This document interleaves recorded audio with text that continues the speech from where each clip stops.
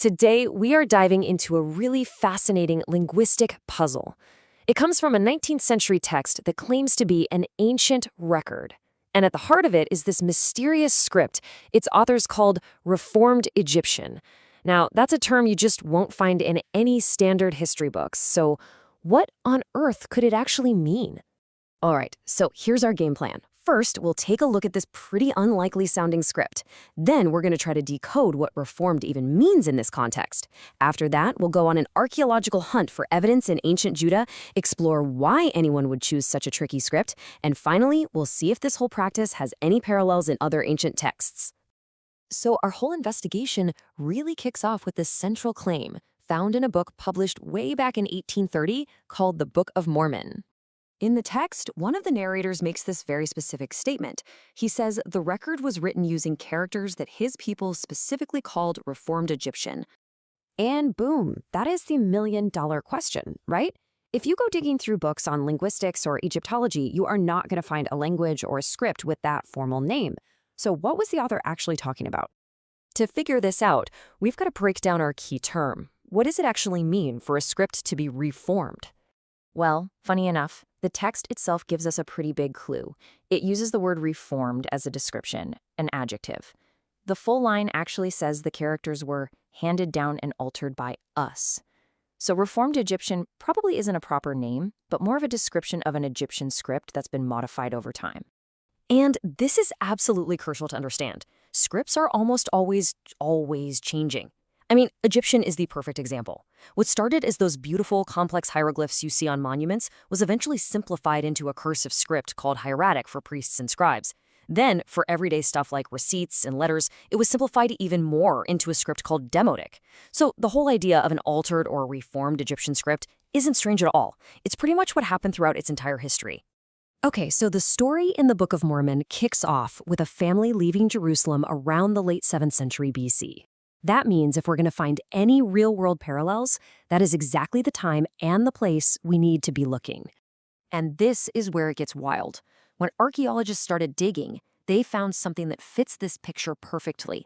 Over 200 artifacts with Egyptian hieratic writing have been discovered right there in Israel and Judah from that exact time period.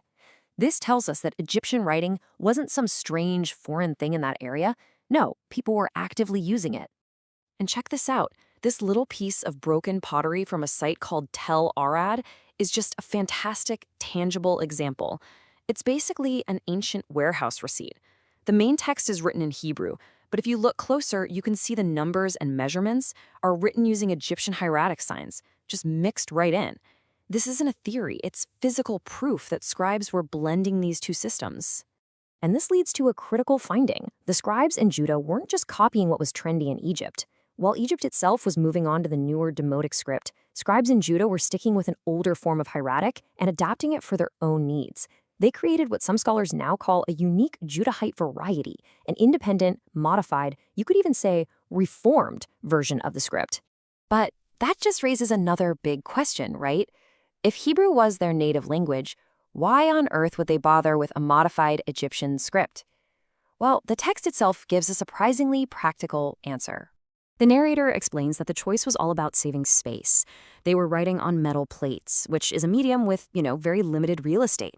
Hebrew, he says, just would have taken up way too much room. And this points to a classic trade-off. Think about it like this. Hebrew is alphabetic, like English. To write sun, you need 3 letters, S-U-N. It's perfectly clear, but it takes up space. Now, some Egyptian scripts were partly logographic, meaning they had a single symbol that just meant sun. So much more compact, right? This makes them incredibly space efficient, but also a lot less precise and way harder to read. And that lines up perfectly with the narrator's own admission that their record had imperfections precisely because the script was so challenging. So, let's recap. The practice being described is writing a Semitic language, like Hebrew, using a compact, modified Egyptian script. You have to wonder, did anyone else in the ancient world do something this weird? Oh, absolutely. It turns out this kind of adaptation was happening all over the ancient Near East. You see in the Biblosic syllabic texts, in the Meroic script from ancient Nubia. Heck, even the ancestor of our own alphabet, Proto-Sinaitic, got its start by adopting Egyptian hieroglyphs. So the main takeaway here is that borrowing and reforming Egyptian script was actually a surprisingly common thing to do. But maybe the single most powerful piece of parallel evidence wasn't discovered until long, long after the Book of Mormon was published. It's an incredible document known as Papyrus Amherst 63. This papyrus is just an incredible find. It dates to a few centuries after the Book of Mormon story begins, and it contains texts written in Aramaic, which is a Semitic language, a sister language to Hebrew, but it's recorded entirely using Egyptian demotic script. It is a direct, real-world example of the exact practice described in this 19th century book. And here is where it all comes full circle. Just like that trade-off we talked about, this script was incredibly difficult to decipher. The combination was so unusual, it puzzled scholars for decades. And why? Because it was super compact, but also really ambiguous and hard to read. This mirrors perfectly the Book of Mormon narrator's own comments about the imperfections in his record, all caused by the difficulty of the script. And all of this leaves us with a pretty fascinating question. A claim from a book in 1830 that seemed totally bizarre from a linguistic standpoint, Hebrew-speaking people writing their history in a modified Egyptian script, now seems a whole lot more plausible because of archaeological discoveries made over a century later. It really makes you wonder, how often do new discoveries, literally dug out of the sand, force us to completely re-examine what we thought we knew about the past?